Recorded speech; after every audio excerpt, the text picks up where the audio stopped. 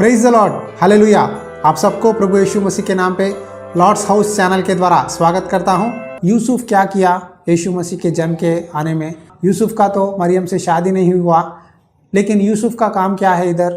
यूसुफ एक गार्डियन है, यूसुफ एक प्रोटेक्टर है, एक पिता की तरह यीशु मसीह का देखभाल करने लगा। आइए बाइबल में देखेंगे यूसुफ के बारे में क्या लिखा है। मत्ती सुसमाचार अध्याय 1 वचन 18 से पढ़ता हूँ। यीशु मसीह का जन्म इस प्रकार से हुआ कि जब उसकी माता मरियम की मंगनी यूसुफ के साथ हो गई तो उनके इकट्ठे होने से पहले ही वहाँ पवित्र आत्मा की ओर से गर्भवती पाई गई। अतः उसके पति यूसुफ ने जो धर्म था और उसे बदनाम करना नहीं चाहता था, उसे चुपके से त्याग देने का विचार किया। जब वहाँ इन बातों के सोच ही में था तो प्रभु का स्वर्गदूत उसे स्वप्न में दिखाई देकर कहने लगा, हे यूसुफ, दाऊद की संतान, तू अपनी पत्नी मरियम को अपने यहाँ ले आने में मत डर, क्योंकि जो उसके गर्भ में है वहाँ पवित्र आत्मा की ओर से है। जब यूसुफ को यह बात मालूम हुआ कि मरियम शादी से पहले ही गर्भवती हुई, तो उसके मन में दो सवाल उत्पन्न हुए कि पहला, उसने सोचा कि मैं मरियम को चुपके से यानी साइलेंट से उसे छोड़ दूंगा, और दूसरी बात है कि मरियम को बदनाम नहीं करना चाहता था।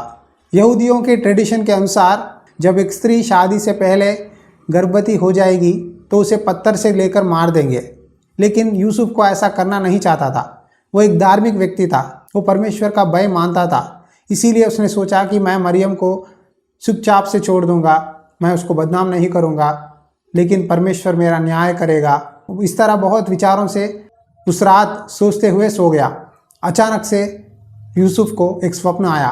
उस स्वप्न में गाब्रिएल स्वर्गदूत आकर कहने लगा, हे यूसुफ, तू मत डर, मरियम पवित्र आत्मा की सामर्थ्य से गर्भवती हुई है। जो उसके पेट में से पैदा होने वाला पुत्र है वो यीशु मसीह है, वो एक पवित्र है।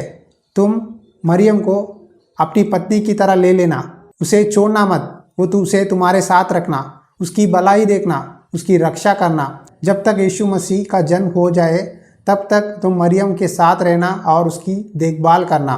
देखो, यदि आपको इस तरह एक ड्रीम आ गया, स्वप्न आ गया, और परमेश्वर का स्वर्गदूत ने कहा कि तुम उस स्त्री को जाकर एक पति की तरह देखभाल करो, शायद उसके पेट में का बच्चा तुम्हारा ना हो, लेकिन उसकी भलाई करो, जब तक बच्चा पैदा हो जाए तब तक तुम उसके साथ फादर की तरह, एक गार्डियन की तरह रक्षा करो, कहने से क्या आप विश्वास करेंगे? आप कहेंगे, मैं विश्वास नहीं करता, मैं स्वप्नों को नहीं मानता, जब तक परमेश्वर मेरे सामने आकर बोले तभी मैं विश्वास करूँगा। यदि पास्टर बोले, यदि कलीसिया बोले, यदि कोई भी बोले, मैं विश्वास नहीं करता। मैं चाहता हूँ कि परमेश्वर ही डायरेक्ट से मेरे पास आकर मेरे सामने दिखकर मुझे बोले, तब मैं विश्वास करूँगा, नहीं तो मैं विश्वास नहीं करता। मैं मेरी लाइफ को बर्बाद नहीं करना चाहता। वो मेरा बेटा नहीं है, कह सकता है यहाँ यूसुफ, लेकिन यूसुफ एक धार्मिक व्यक्ति था। उसने स्वर्गदूत के द्वारा बताए हुए बात को माना, विश्वास किया, और जैसा उसने विश्वास किया वैसा ही मरियम को अपनी पत्नी की तरह स्वीकार किया। यहाँ सोचो एक बार, गांव वालों से, अपने परिवार वालों से, अपने मोहल्ले में सब कुछ छोड़कर नजरेत से लेकर बेथलेहेम तक एक गधे पर बिठाकर यात्रा करने लगे। आज की दिनों की तरह कार्स, एम्बुलेंस नहीं है उस समय एक गधे के ऊपर बिठाकर मरियम जो गर्भवती थी, नजरेत से लेकर बेथलेहेम तक एक लड़का एक लड़की को लेके जा रहा है। वो सफ़र बहुत लंबी है, बहुत पहाड़ी इलाका है। इन दोनों के जीवन में कितना मुसीबत है, दुख है और त्याग है, फिर भी इन दोनों ने यीशु मसीह को इस संसार में लाने के लिए अपना काम पूरा किया। देखो, आज सेवकाई का मतलब ये नहीं कि वचन प्रचार करो, गीत गाओ, प्रार्थना करो, सिर्फ यही सेवकाई नहीं है। जो व्यक्ति परमेश्वर की बात मानता है, वो काम करता है, वही सेवकाई है। बहुत सारा बलि चढ़ाने से भी आज्ञा मानना उत्तम है। क्या आप ये बात को जानते हैं? जो भी काम आप परमेश्वर के लिए करते होंगे, हर एक काम परमेश्वर की इच्छा में, परमेश्वर के अधीन में ओबीडियंस के साथ करना है। बिना आज्ञा माने जो आप चाहे वो करते हैं परमेश्वर के लिए, वो सेवकाई नहीं होगी। आज बहुत से जवान लोग कहते हैं, मैं सेवकाई करना चाहता हूँ, नौकरी नहीं मिली, हर जगह रुकावट हो रहा है, इसीलिए मैं सेवकाई करना चाहता हूँ, प्रार्थना कीजिए, कहाँ करूँ, क्या करूँ। देखो, सेवकाई करने से पहले परमेश्वर की बात मानना है। परमेश्वर की इच्छा क्या है मेरे जीवन में, परमेश्वर मुझे क्या काम करने के लिए चुना है, क्या करूं। प्रार्थना के लिए चुना है, वचन प्रचार करने के लिए चुना है, गीत गाने के लिए सुना है, या अपने बेटों के द्वारा, अपने ऑफरिंग्स के द्वारा परमेश्वर की नाम की महिमा के लिए या सेवकाई की बढ़ोतरी के लिए चुना है। किस काम के लिए परमेश्वर ने मुझे चुना है, ये बात आपको जाननी होगी। कितने भी पासवान आपके लिए प्रार्थना करे या आपके लिए भविष्यवाणी करे, जब तक आप परमेश्वर के साथ संबंध नहीं रखते, परमेश्वर की बातों को नहीं मानते और परमेश्वर की बातों का, आज्ञा का पालन नहीं करते, तो कोई मतलब नहीं है आपके विश्वासी जीवन में। यहाँ मरियम और यूसुफ, ये दो व्यक्ति मिलकर स्वर्गदूत के द्वारा बताए हुए बातों को माना, स्वीकार करने लगे और जितना भी मुसीबत हो उन्होंने सामना किया कि हम परमेश्वर के लिए एक अच्छे गवाही की तरह रहेंगे। शायद हमारे घर वाले, शायद हमारे गांव वाले हमारी निंदा करें, लेकिन यीशु मसीह को हम इस संसार में लाएंगे। हम दो व्यक्ति मिलकर प्रभु की नाम की महिमा करेंगे। ये कैसा संभव है, शादी से पहले कैसा हो सकता है?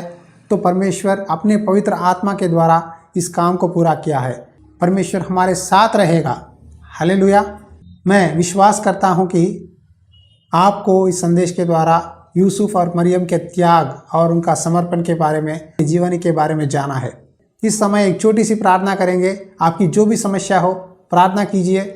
आप भी एक यूसुफ की तरह, एक मरियम की तरह अपना जीवन परमेश्वर के हाथ में समर्पण करो और कहो, परमेश्वर तू जो कहता है मैं करने के लिए तैयार हूँ, लेकिन मेरी इच्छा नहीं बल्कि आपकी इच्छा पूरी हो। प्रार्थना। अनुग्रहकारी और दयालु परमेश्वर, इस समय प्रार्थना करते हैं प्रभु, जितने भाई और बहन इस संदेश को सुन रहे हैं उन सबको याद कर, एक मरियम और यूसुफ की तरह हर एक व्यक्ति बनने के लिए सहायता कर प्रभु। विश्वास के द्वारा जब एक व्यक्ति अपना जीवन तेरे हाथ में सौंपता है तो उसे आशीष का कारण बनाएगा। उस समय मरियम और यूसुफ इन दोनों मिलकर यीशु मसीह को लाने के लिए अपना जीवन तेरे हाथ में रखे। जितना भी रिस्क हो, तकलीफ हो, समस्या हो, हर एक विषय को सामना करने के लिए आगे आए। इसीलिए तूने इनको चुनकर एक अद्भुत कार्य करने लगा। यीशु मसीह संसार में आए, यीशु मसीह का जन्म इस पृथ्वी पर हुआ। इन दोनों को तूने चुनने के लिए धन्यवाद करता हूँ। आज तूने हमको चुनकर तेरी सेवकाई करने के लिए मौका दिया है प्रभु, उसके लिए बहुत धन्यवाद करता हूँ। जितने लोग भी इस साल समस्याओं को, तकलीफ़ों को और बीमारियों को सामना करना पड़ा, हर एक व्यक्ति को याद कर। आने वाले नए साल में तेरी आशीर्वाद दे, उनके कामों में बरकत दे प्रभु। बीमारियों से चंगा कर पिता, उद्धार दे प्रभु। पवित्र आत्मा की सामर्थ के साथ तेरे मार्ग में चला। ये प्रार्थना सुन और मदद कर। ये प्रार्थना हमारे प्रभु यीशु मसीह उद्धारकर्ता के नाम पे विनती करते हैं पिता, आमीन। भूलना मत, लॉर्ड्स हाउस चैनल को सब्सक्राइब करो, इन संदेशों को लाइक करो और आपके फ्रेंड्स को शेयर करो ताकि सब लोग परमेश्वर की सच्चाई को जान सके। God bless you.